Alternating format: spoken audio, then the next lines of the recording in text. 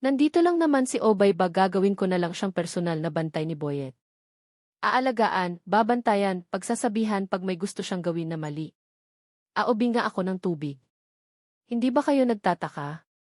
Aswang yan pero hindi pa rin kayo nagagalit. Mapagpalang araw po sa inyong lahat. Ganon din po sa inyo Miss Clark Sir J. Ang kwentong ibabahagi ko ay tungkol sa naging karanasan namin ng kapatid kong may autism at pati na rin sa isang babaeng asawa na niya ngayon. May kinalaman din ito sa kwentong aswang. At para mas maintindihan nyo ang lahat, ako nga po pala si Alicia at ito ang aking kwento. Bago ko simulan ang istorya, huwag kalimutang mag-subscribe sa Miss Clark Horror Story sa YouTube bilang suporta sa ating channel. Abay! Nasan ba Alicia na yan? Alicia! Alicia! Ma'am Alika, nandyan po yung papa ninyo. Hinahanap ka. Sige pumanang ako na po yung haharap. Papa nandito na po ako. Alisa, ano ang narinig ko? Nagreklamo daw yung customer kasi may nasira daw na item na binili niya tapos nirepan mo. Kailan ko pinayagan yung ganong bagay? Kasi pakailangan talaga ng customer yung item. Hindi ba't sabi ko kapag may mali o sira yung nakuha ng customer bawa ng refund? Palit ng ibang item. Kaya nga natin tin-testing bago ibenta ba? Pero pa, yung pera ng customer pambili lang talaga niya ng kailangan nila at nag-iisa na lang yung item na yon. O palitan na kaparehas. Huwag na magrepad pa isa na lang po yun at wala na tayong stock. At kung papalitan naman yun ng ibang item, wala naman siyang kailangan sa mga meron pa. Pambihira na yan. Ang problema sa masyado kang malambot yung puso Ganyan ka ba talaga magpatakbo ng negosyo? Tandaan mo to Alisa ha. Darating ang araw na wala ng respeto ang customer sa patakaran mo. At saka ano ba ang nangyari? Hindi ba nila tinesting yon? Kung maayos naman is chinek nila, bakit tayo magre-respond at paano kung sila yung nakasira? Sige pa. Ayoko na po ipagkatiwala nyo sa akin yung negosyo. Masakit man pero mas pinagkakatiwalaan nyo pa yung pinsan ko kaysa sa akin. Papa, nandito ka pala papa. Ano? Gusto mong kumain? Luluto ko pa. Hindi ko na alam kung ano bang kasalanan na nagawa ko at binigyan ako ng ganitong buhay. May panganay nga ako babae naman. Sobrang lambot ng puso tapos may anak nga akong lalaki pero sinto-sinto naman. Papa naman, huwag kayong magsalita ng ganyan. Alisa, bukas bumiyahe kayong dalawa papuntang probinsya. Si Wilson yung magtuturo sa'yo ng dapat mong malaman. Isama mo yung kapatid mo. Aalis kami, Papa. Hindi na po kami balik dito. Bakit, Papa? Para gumaan yung ulo ko. Mabigat na Mabigat. Sige tulong kita mabuhat, Papa. Huwag na.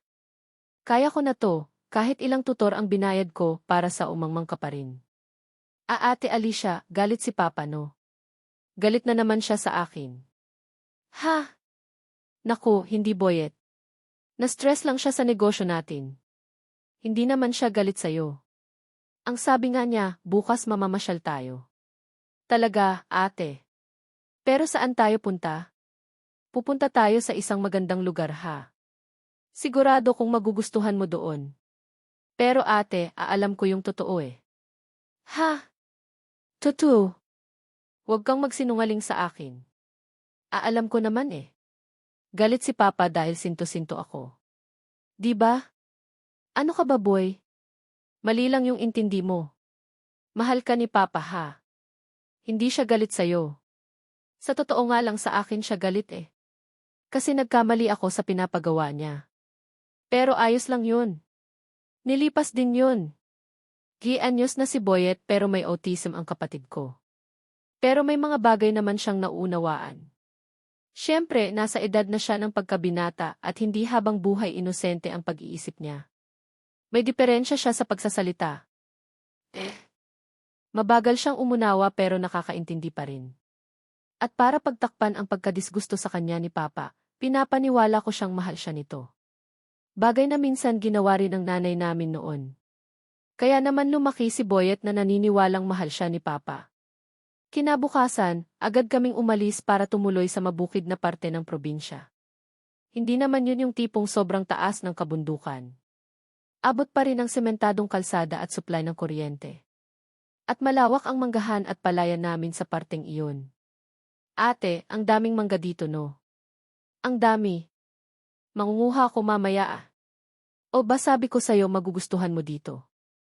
8. Ang dami kasing pwedeng kainin dito. Mga prutas, gulay puro masustansya ate. O kung ganun naman pala eh. Tara na bababa na tayo doon ha. Hinihintay na tayo ni Willison sa labas eh. Ama ng ebang pakitulungan na lang po si Willison ha. Ay naman maam. Ako na bahala. O halik ka na Boyet. Dalahin mo na yung bag mo ha. CJ8, CJ. Wow! Grabe ate ang sarap ng hangin. Parang may yelo sa ilong ko. Oh, ang lamig. Hindi tulad sa atin mainit na ang baho pa dito. Ang linis oh. Malang ibang. Ang lamig ng hangin. Ang sarap sa balat oh. Boyet. Mas presko talaga dito sa bukid pero mainit pa rin kasi yung sikat ng araw eh. Kaya papasok na tayo sa loob ng bahay ha. Kaya naman hindi na rin ako tumutol sa gusto ni Papa dahil ito rin naman ang gusto namin ni Boyet. Mapayapa ang lugar naming yon at gustong-gusto ni Boyet ang ganon kaaliwalas. Ako naman dahil sa katahimikan din ay mas lalo kong pinipili ang lugar na yon kesa sa kahit saan pa. Hello Wilson, nandito na kami. Uy, si Sirot pala to ano? Kumusta kayo? O, sinto-sinto pa rin ako. Wilson. Ay nako naman sir. Hindi ka naman sinto-sinto. Grabe ka naman sa sarili mo eh. Yun yung sabi ni Papa ba ate? Si sinto-sinto ako. Hay, biro lang ni Papa yun Boyet. Naku. Sir halik na nga po dito. Akin na yung gamit nyo. Hatid ko na kayo sa kwarto nyo ha. Nilinis na yun ni nanay at nandun na rin yung paborito mong Doraemon. Tutu. May Dora doon. Naman kaya tara na sama ka na sa akin. Tara. Hay grabe talaga yung papa mo maam. Parang alam kasi ni Boyet kung anong ibig sabihin ng sento-sento. Pero hindi naman niya maintindihan na dapat niya yung ikasama ng loob. Naiintindihan talaga niya yun manang. Pero pilit ko na lang sinasabi na biro lang yun ni Papa. Ayoko kasi siyang masaktan eh. Sana naman dumating yung araw na makita rin ng papa ninyo yung tunay na halaga ng kapatid mo, maam. Sige na aayusin ko na ho yung mga dala natin ha. Dadalhin ko na rin sa kwarto ninyo yung iba. Sige ho manang. Maraming salamat ha. Kung meron mang nagpaparamdam sa amin na importante kami yun ang mga alalay naming halos para na ring akong ituring. Mas maalaga pa nga sila kaysa sa mismong mga magulang namin. At sa araw na yon hindi muna ako tumingin ng kahit anong lupain sa mga pag-aari namin. Mas pinili naming magpahinga at mag-enjoy sa pagkaing inihain ng mga kasambahay. Lalo na't mangga sa sakahan. Kaya naparami talaga ako ng kain nang gawin nila yung kilawin. Aba, pwede na pala i-harvest no. Naninilaw na yung iba dyan oh. Sigurado masarap to kapag tinabi muna para hinugin. Opo maam, kaya nga todo bantay kami dyan eh. Merong mga estudyante na kapag nakita nilang walang tao dito sa farm ayun nagnanakaw talaga ng mangga. Hay naku, hindi talaga nawawala yan. Mahirap namang pagbigyan minsan kasi pag nasanay, mas marami pang kukunin nila kaysa sayo. Yun na nga po maam. Negosyo po tapos namuhunan po kayo. Yun nga eh. Tayo madamot ba? Pero syempre unahin muna nating mabawi yung puhunan natin. Lahat ng gastos bago tayo mamigay. Buti na nga lang alerto kayo agad. Naku maam ngayon at nandito na kayo, hindi na magtatangkay ang mga yan. Takot sila sa inyo eh. Sabi nila mabagsik daw kayo. Sus kayo talaga. Sandali nga lang kukunan ko muna to ng picture ha. Isesend ko lang to kay Papa. Ipapa-approve ko kung pwede na baong i-harvest. Sige po maam. Pero sa totoo lang pwede na po talaga eh. Ang kulang na lang eh. Mag-contact tayo ng buyer. Ginawa ko nga yung sinabi ko at pinadala ko kay Papa ang litrato. Hindi ako ganon kagaling pagdating sa usapang negosyo. May alam ako pero hindi kasing pulido nila. Kaya nang ipadala ko sa kanya yung litrato ng mga mangga, tumawag agad siya. Natuwa pa nga ako nang makita kong agad siyang tumawag sa akalang kakausapin niya ako ng maayos. Hindi ka ba marunong magdesisyon dyan? Kailangan mo pa talaga ipaalam sa akin yung ganito kasimpleng bagay. Ano ka ba? Hindi ka ba marunong mahawak ng negosyo? Ba tinuro ko na yan sa'yo? Kailangan pa ba talagang sasandal ka pa sa akin? Pa, alam naman nating dalawa na hindi talaga negosyo yung linya ko. Gawin mong linya? Kaya ko naman po pero huwag nyo lang gawing parang may magic akong kakayanan. Abay, sinasagot mo na ba ako ng pabalang pa? Tulad niya napipikon din ho ako. Umiinit din yung ulo ko. Lalo na kung lagi nyo na lang ako iniinsulto. Nakakainis talaga. Nanghihingin ka na nga ng permiso tapos nagtatanong ka lang kung pwede o hindi. Babanatan ka pa talaga ng ganun. Ma'am, ayos lang po ba kayo? Ang sarap magpalit ng tatay eh. Saan ba makakabili ng bago nun? Oh, ma'am, yigay po ba akong tumawa? Hindi. Pigilan mo. Sige po. Nang humakbang ako palayo sa kanya ay natawa ako dahil kitang-kita kong pinipigilan niya talaga yung tawa niya. Umandar patuloy yung kalokohan ko. Sinadya ko namang lingunin siya at nahuli ko pa siyang mabilis na tumikom ang bibig matapos niyang pagbigyan ang sarili niyang tumawa. Pina-harvest na namin ang mga mangga. Ginawa ko naman ang lahat ng alam ko tungkol doon. At nandyan din ang alalay ni Wilson para tumulong. Wilson, tama ba yung ginawa ko? Baka mali na naman ha. Tama po yun, ma'am. Wala po kayong ginawang masama. Bakit kasi pag si Papa lagi na lang mali ako? Pero pag ikaw tama naman ako. Ano ba talaga? Ma'am, meron po siyang gustong makita sa inyo na masigit pa na kaya niyo ibigay. Mataas po siguro yung expectations niya sa inyo. Kaya siya laging naiinis kasi hindi ko kayang pantayin yung expectations niya ngayon eh. Hindi niya matanggap na babae talaga ako. Ma'am, sinasabi ko lang po Hindi mo kailangan maging ibang tao para mapasaya lang si Papa mo. Kahit anong gawin mo, ma'am, kulang na kulang pa rin sa paningin niya dahil hindi ka lalaki. Pero hindi mo naman kasalanan yun eh. Tama si Wilson. Kahit anong pakitang gilas ang gawin ko sa tatay ko, hindi pa rin siya matutuwa sa akin dahil hindi ako lalaki. Kaya natauhan din ako sa sinabi niya. Pagkatapos ng misyon namin sa Manggahan, 3 araw dahil malawak talaga yon, agad ko nang inireport kay Papa ang kinita ng farm kita mo malaki yung kinita ng farm dahil si Wilson yung nag-aasikaso. Siya nagplano niyan. Ba't itong kinita ng lupa natin higatan mo yan sa susunod ha? Magpaalalay ka sa kanya. Hay salamat naman hindi siya nagalit. Hoy narinig ko yan ha. Huwag mo na akong hintayin na magalit pa ako sa pamimila ko supo mo. Sige na. Ma'am, pinatayan po kayo. Lagi naman yan eh. Ma'am, tara na po. Nakaluto na ho ako ng pagkain. Sige po manang sabay-sabay na po tayo. Parang maaliw naman to si Boyet. Sige po ma'am. Tatawagin ko na po yung iba ha. Bilson halik na. 1 linggo matapos ipaintindi sa akin ni Wilson ang lahat ng kalakaran sa lupain namin. Naisipan kong igala naman si Boyet sa lugar na yon. Napapunta kami sa barangay na may kalayuan sa teritoryo namin at nakakuha pa nga kami ng atensyon ng mga tao. Ako lang ang medyo kilala nila roon at hindi si Boyet. Kaya na magkaroon siya ng pagkakataong humiwalay sa akin, nagulat na lang ako nang pinagkaguluhan siya ng mga tao. Hoy, ano ba? Ibigay mo nga yung bola sa amin. Papahiram lang ako bola.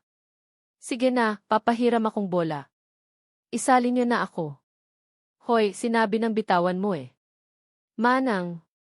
Boses ba yun ni Boyet? Naku, parang halaman kinuha niya yung bola nung nagbabasketball. Ano? Sige na, sali na ako. Sali naman ako sa laro niyo. Lintik na. Nakakapikon ka na ha?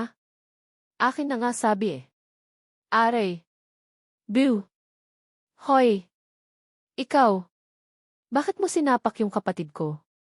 Hal naman kayo sir. Bakit niya naman sinipa yung anak ni Don Alfonso? Ha? Anak ni Don yan? Naku. Hoy anak pala ni Don yan. Naku. Lagot talaga kayo. Ma'am naglalaro lang kami dito tapos kinuha niya yung bola. Nambiro tong larong to eh. Pustahan to kahit na hindi mo dapat tinatadyakan ng ganun yung kapatid ko. Kanina pa kasi siya dito ginugulo niya kami. Dapat kasi binabantayan niyo yan eh. Ay naku pasensya na ha. Nalingat lang naman ako saglit eh. Sir Boyd, halika na. Ayos ka lang ba? Sinipa niya ako, Manang. Ang sakit dito oh. Ang sakit. Kasalanan mo yan. Lalaro kami dito. Pustahan to, gusto ko lang naman sumali eh. Masama ba yon? Sinabi ng hindi eh. Hindi ko ba talaga nakakaintindi? At talaga? Kapatid ko pa talaga yung hindi makaintindi eh. Ikaw ikumpara mo nga yung kalagayan mo sa kalagayan niya.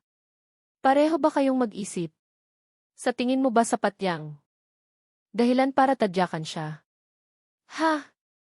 O ano? Kasalanan pa namin ngayon. Naraon na nga namin yung sinira Maam. Pambihira na iyan o siya.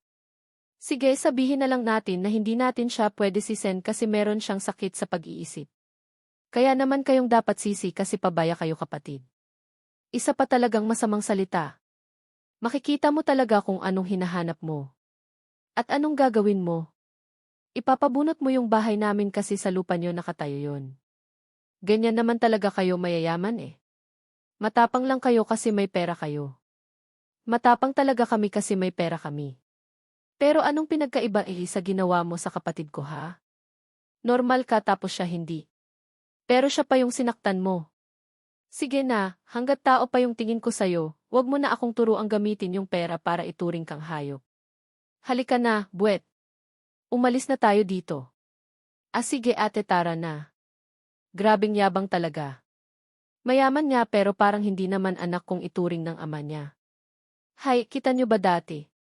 Paano sigaw niya ng tatay niya? Grabe no. Uminit lalo yung ulo ko nung narinig ko iyon. Bata pa lang ako, sinisigawan na ako ni Papa na parang hindi niya ako anak. Kahit nga nung dalagitan na ako, nasaksihan na rin nila yon. Buti na nga lang bago ako bumalik para sumagot ay pinigilan na ako ni Manang Ebang. Pag-uwi naman sa bahay, saka ko lang ibinuhos yung nararamdaman ko. Iyak talaga ako ng iyak. Yung mga sinabi ko kanina, kung tutuusin hindi ko naman talaga kayang gawin. Nadala lang ako ng sama ng loob dahil minsan yung normal pa ay sila yung mas hindi marunong umintindi sa kalagayan ng kapatid ko. Pasensya na po talaga Maam. Hindi ko kasi nabantayan ng maayos si Sir Boyet. Hindi ko naman inasahan na magkaka-interes siya doon sa bola. Hindi ko naman siya nakilalang gan. Hayaan niyo na po yan, Manang. Ang punto ko lang naman, pwede naman nilang hanapin kung sino yung guardian ni Boyet. Malapit lang naman tayo, di ba? Kung may tumawag o naghanap, maririnig agad natin. Pero kahit sa harap ko, sinipa pa rin siya eh. Kaya nga, Maam. At saka nagsalita pa yung Ali doon. Naku, grabe talaga yung mga yan. Simula noon, bantay sarado na si Boyet. May mga yaya akong in-assign para sa kanya. Hinahayaan ko pa rin siyang gumala kasama nila. Ako naman trabaho lang sa farm at sa bahay ang inaatupag. Maayos naman pag-uwi nila lagi pero sabi nila ay takot na takot daw si Boyet daon sa sumipa sa kanya. Tuwing makikita niya raw parang basang sisiw at yumuyo ko agad. Bakit daw Manang? Tinitingnan niyo ba ng masama si Boyet? Parang ganun na nga Maam. Minsan nga nahuli ko pa siyang dinuduro.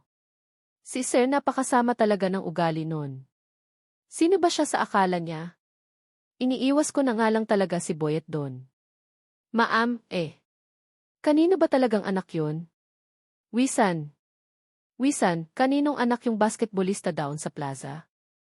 O Maam, sino po ulit? Marami po kasing nagbabasketball down Yung si ano yung tinatawag nilang ba, Dong?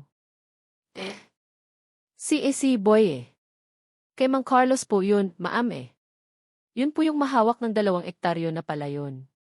Tauhan pa talaga ni Papa yung magulang niya. O sige kukuha muna ako ng preba talagang inaangasan pa niya si Boy kakausapin ko talaga yung tatay nun. Opo. Tama po yan Maam. Para naman mabigyan ng leksyon at para alam niyang badong na iyan kung saan siya lulugar. Kaya iyon ang ginawa ko. Pinauna ko muna silang gumala. Hindi naman kasi pwedeng ikulong sa bahay si Boy kung gusto niyang lumabas. At ang labas hindi pag-aari ng mga basag ulo. At nung sinadya kong sumunod, down ko mismo nasaksihan kung paano niya talaga ginagalaw yung kapatid ko. Hoy, anong tinitingin-tingin mo? Ano? Lalaban ka na sa akin? Gusto mo bang pitigi kita dyan? Hindi. Huwag. Hindi ako lalaban mamaang manang tulong. Inaaway na naman niya ako. Manang tulong. Subukino. Hoy, hoy. Hoy. Ganyan pala yung ginagawa mo sa kapatid ko kapag walang nakatingin. O ano-anang ginawa ko? Sinaktan ko ba siya? Kasalanan ko ba kung duwag yung kapatid mo kapag nakikita ko? Ganun? Wala kang ginagawang mali.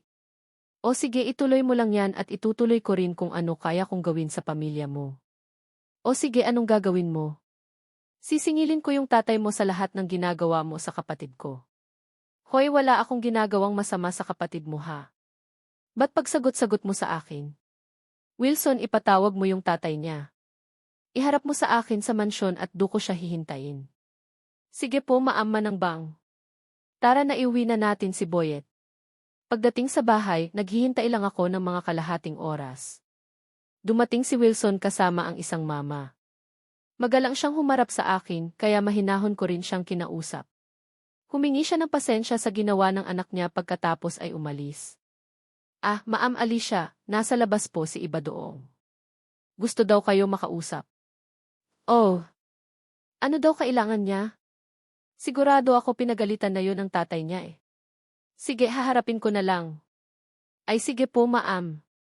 O Badong, anong ginagawa mo dito? Pinagalitan ako ni tatay dahil sinumbong mo ako eh. O tama lang naman yun ah. Kailangan niyang gawin yun dahil alam niya kung anong mangyayari kapag hinayaan ka lang. Kaya nga sorry eh. Pasensya ka na talaga. Oh. Oh. O bulaklak para sa'yo. Huwag mo nga akong daanin sa bulabulaklak na yan. Mag-sorry ka sa kapatid ko. Yun yung gusto ko. Lasan ba yun? O teka sandali tatawagin ko. Wilson. Wilson.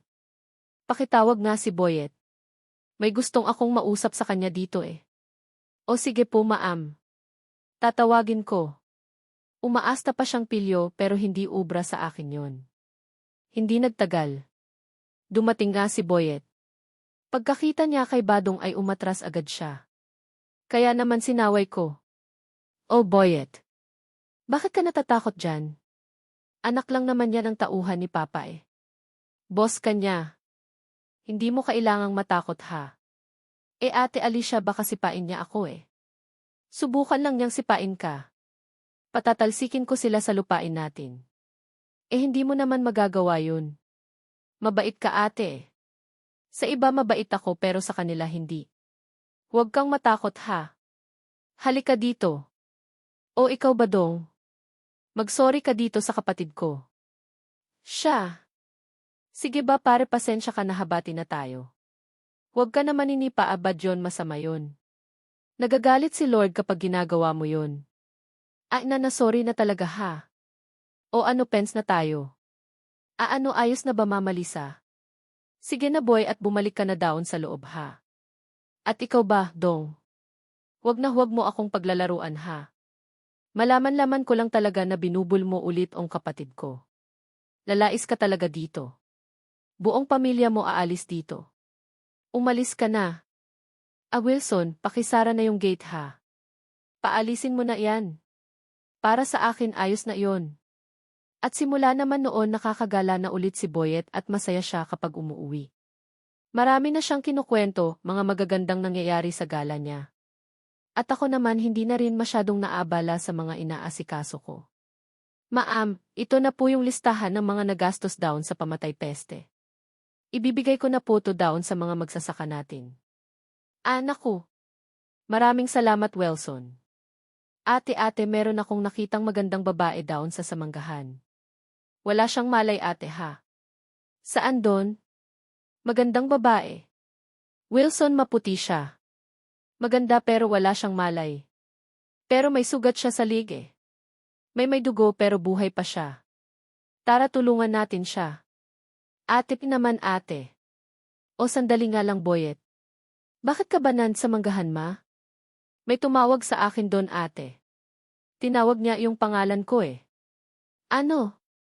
Pumunta ka talaga doon mag-isa. Anak ko maam pasensya na po ha. Hindi naman siya mag-isa doon. Nakasunod naman po ako. Pero maam yung pinuntahan niya babaeng maputi. Maganda pero walang malay talaga. Sabi pa nga ng ibang yaya ni Sir Boyd, hindi raw yun taga roon kasi hindi daw nila kilala. Ate tulungan natin siya. O dali na. Ate kawawa yung babae. Pilson. Halika na nga doon. Tingnan na natin. Sige po maam. Nang pinuntahan namin ang lugar na sinasabi ni Boyet ay nakita namin ang dalawa sa kasambahay namin. May kasamang babaeng walang malay. Nakahiga ito sa damo.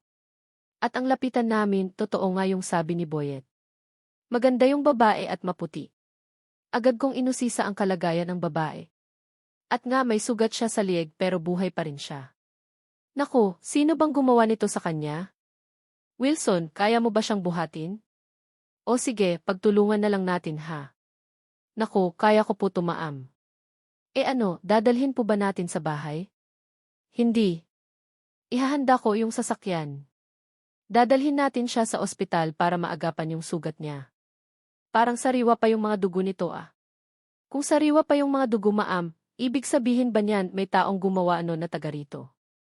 Dinala nga namin sa ospital yung babae. Kinausap ko rin yung doktor na nag-aasikaso sa kanya. Sabi niya, mabuti na lang at hindi masyadong malalim yung laseg. Nakaligtas pa siya. Pinaimbestigahan ko rin agad. Pero wala kahit sino sa lugar namin ang nakakakilala o nakakita sa kanya. Maam, paano kung tumakas lang yun tapos nawalan siya na malay sa manggahan nyo? Wala namang kriminal dito sa lugar natin eh. Saan kaya galing yung babae na yun? At sa kasino kaya yung gumawa di sa kanya? Kaya naman ang pag-asa lang natin siya mismo. Pag nagising na siya doon natin malalaman. Tama ka Wilson. Siya lang din yung makakasagot kung ano talaga nangyari sa kanya. Binalikan ko siya sa ospital. May 2 tao rin kaming nakaduty para magbantay. Isang buong araw siyang hindi nagising pero kinabukasan ng 10 oras ng umaga nagising rin siya. Miss, ayos ka lang ba? Nasaan ako? Anong lugar to? Ano ang nakakabit sa braso ko? Kumalma ka lang, miss ha. Dextrose yan. Malaking tulong yan para bumalik yung lakas mo. Bumalik yung lakas ko. Kinukuhanan ako ng dugo nito. Anong klaseng bagay to? Bakit nangunguha ng dugo yung bagay na yan? Hindi yan nangunguha ng dugo. Dextrose yan. Hanggang dyan lang yung dugo mo. Tingnan mo. Hanggang dito lang yan lang yung lumalabas sa'yo. Sige, sandali lang ha. Tatawag lang ako ng doktor. Sumilip lang ako sa pintuan noon at sakto naman na may dumaang nurse. Siya na lang ang tinawag ko at siya na rin ang tumawag sa doktor. Hindi naman nagtagal ay dumating naman ang doktor at sinuri ang babae. Naghintay lang ako sa resulta at inasahan kong maayos naman dahil sa liig lang naman ang sugat ng babae at buhay naman siya. Maya-maya pa, lumabas ang doktor at hindi nga ako nagkamali. Ayon sa kanya, magpapagaling lang daw ang babae at pwede ilumabas. Nang wala na ang doktor, muli ko naman siyang kinausap. Natatandaan mo ba yung nangyari sa'yo, miss? Sinong nagsugat sa lig mo? Hindi. Hindi ko talaga maalala. Hindi mo maalala? Bakit naman? Wala talaga akong maalala. Ang tanging naalala ko lang may humahabol sa akin pero hindi ko alam kung sino yun. Kahit anong pilit ko wala eh. Black ko talaga. Baka naman hindi pa nagpoproseso sa isip mo. Gutom ka ba? May gusto ka bang kainin? Magpapabili ako. Pwede ba akong magpabili ng karne? Nilagang baka. Gusto mo pinakulo ang karne. Pwede ba yung ganon? Yung kahit anong sangkap ha? Parang malansa yun kapag wala namang timpla. Gusto ko lang makabawi ng lakas. Mas nakakatulong sa akin yung puro sabaw ng karne para sumigla ulit ako. Sige, tatawag ako sa bahay ha. Magpapaluto ako ng ganyan. Tumawag nga muna ako sa bahay at sinabi ang gusto ng babaeng yon. Nagtataka pa nga yung mga katulong doon at nagtatanong kung bakit. Pero ang sabi ko, gawin na lang nila. Matapos ko silang makausap, agad kong binaling ang atensyon sa babae. O, ayun, nagpaluto na ako. At saka nga pala, ako si Alicia. Kapatid ako nung nakakita si Samanggahan. Siya yung tumawag ng tulong para sa'yo. Ikaw anong pangalan mo? Wala pa kasi akong masabi sa doktor kasi hindi ka pa naming kilala. Ako si Aubrey. Aubrey yung pangalan ko. Baga saan ka? Sigurado akong malayo dito yung pinanggalingan ko. Ang tawag sa lugar namin, Diaga. Diaga. Ngayon ko lang narinig yan May paraan ka ba para makontak yung pamilya mo? Wala na akong pamilya. Matagal na silang patay Daon sa lugar kung saan ako galing. Bilanggo ako doon. Bilanggo. Teka nga lang hindi kita maintindihan Bakit ka naman naging bilanggo? Sino ba yung mga nagbilanggo sa'yo? Basta hindi na ako babalik doon malupit sila. Pwede bang sa inyo na lang ako? Kahit magtrabaho na lang ako kapalit ng tirahan ko. CJ. Pero pag-uusapan natin yan kapag nakalabas ka na dito. Sa ngayon magpagaling ka muna para naman makalabas ka na rin agad. Naghintay kami doon na dumating yung pagkain niya. Matapos ang halos 2 oras sa paghihintay, dumating na rin ito at yun na nga ang kinain niya. May dalang kanin yung mga katulong pero hindi niya talaga yun ginalaw. Mas kinain niya yung karne tapos uminom siya ng tubig. Pagkatapos hinayaan ko na lang na iwi pabalik ang kanin at natulog din yung babae sa ospital na yon. Pero kinabukasan, nagulat kaming lahat. Maging yung doktor nang makita na magaling na agad ang mga sugat niya. Napakabilis noon para sa amin na halos pawala na talaga ito. Wala na ring nakitang mali ang doktor sa kalusugan niya. Kaya naman napalabas na kami sa ospital nang masiguro na talaga ng lahat na ayos na siya. Pagdating naman sa bahay, pagpasok pa lang niya na ay palingalinga na siya sa paligid. Grabe kakaiba yung bahay niyo Ang lakit saka ang ganda. Sabi ni Maam Alika, ituro ko daw sa'yo yung kwarto mo Halika na. Doon ka muna sa amin Sama-sama tayo doon. Sige po. Susunod na lang po ako sa inyo. Maam, napansin niyo ba? Parang sobrang kakaiba yung babae niya no? Para bang ngayon lang siya nakakita ng magandang bahay? At saka nakakapagtaka doon, Wilson. Bakit hindi niya maalala kung sino yung nanakit sa kanya? Leg lang naman yung nalaslas. Di ba? Hindi naman siya nabago. Kaya nga Maam Paano kung nagpapanggap lang yon? Basta huwag lang sana taga rito yung gumawa di sa kanya sa kamukhang dito talaga siya napadpad Nga po Kung taga rito lang talaga yung nanakit malamang ituturo niya kapag nakita niya ba. Hayaan na lang muna natin siya. Willison. Maam paano kaya to? Marami na kasi tayong kasambay Ano pong trabaho ng babaeng yun dito? Tutal nandito lang naman si Obay ba? Gagawin ko na lang siyang personal na bantay ni Boyet. Wala siyang ibang gagawin kundi samahan siya palagi. Aalagaan, babantayan, pagsasabihan may gusto siyang gawin na mali. Pero syempre may iba pa ring bantay sa kanila. Naku, maganda nga yan Maam. Parang masiguradong safe si Sir pero sana maayos siya magtrabaho. Unang araw pa lang niya sa bahay, pinakilala ko na agad siya kay Boyet. Biglang nagiliw si Boyet. Lagi siyang nakangiti tuwing nakikita siya. Hindi ko pa sinabi yung trabahong balak kong ibigay. Gusto ko kasi munang obserbahan kung paano siya makitungo sa kapatid ko. Ate, ang ganda niya no? Lalo na kapag nakangingiti siya parang masarap siya ang maging kaibigan. Huwag kang mag-alala Boyet. Halagi mo siyang makakasama dito. Tuturuan mo na siya ni Manang ibang ng mga dapat gawin sa bahay CJ. Yayayain ko siyang lumabas ate Gagala kami bukas. Naman. Sige pero tanungin mo muna siya kung papayag siya Dahil din kasi sa sitwasyon ni Boyet, may isang bagay talaga akong hindi naisip na posible palang mangyari sa kanya. Binaliwala ko rin noon ang karunungan niya pagdating sa pagtingin sa maganda. Sa unang araw pa lang, ang una kong napansin sa babae ay para siyang may mataas na aura. Ayon pa nga sa ibang katulong namin, parang nakakatakot daw siyang makalaban. Sa pagkain naman, mas gusto ng babaeng yon na karne lang palagi. Bukod din doon, nakakasagap din siya ng tinatawag na disgrasya. Naku Ma'am Alice, hindi ko talaga alam paano niya nagawang kumilos ng ganun kabilis kasi yung trop. Aba, muntik na talagang mahulog kay Sir Boyet.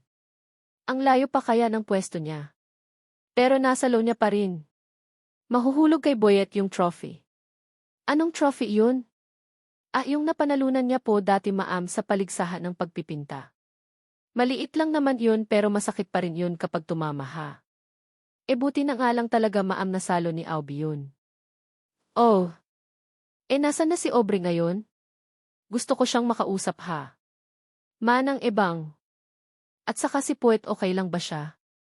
Opo Ma'am. Ayos naman po siya kanina. Tumutulong pa nga sa ngayon magdilig ng mga halaman doon sa labas. Hay nako, mabuti naman. Kahit gaano karami yung bantay, sobrang likot talaga niya, no? Pinapakita niya ho kasi Ma'am kubre yung mga nakuha niyo noon dahil sa galing ninyo. Sinasabi nga niya ang galing ng ate ko eh. Kaya ayon napadpad sila down sa may mga trophy. Ganun ba manang? Pero sa susunod iiwas niyo na lang muna siya sa lugar na maraming babasagin ha. Nakakaintindi naman yun pero alam mo naman yun. Hindi kasing pulido ng pag-intindi natin. Ay sige po Ma'am tatawagin ko na po si Abre. Kinausap ko nga si Aubrey at nagpasalamat sa kanya. Pinaliwanag ko na rin ang kalagayan ni Boyet at kung bakit siya ganun.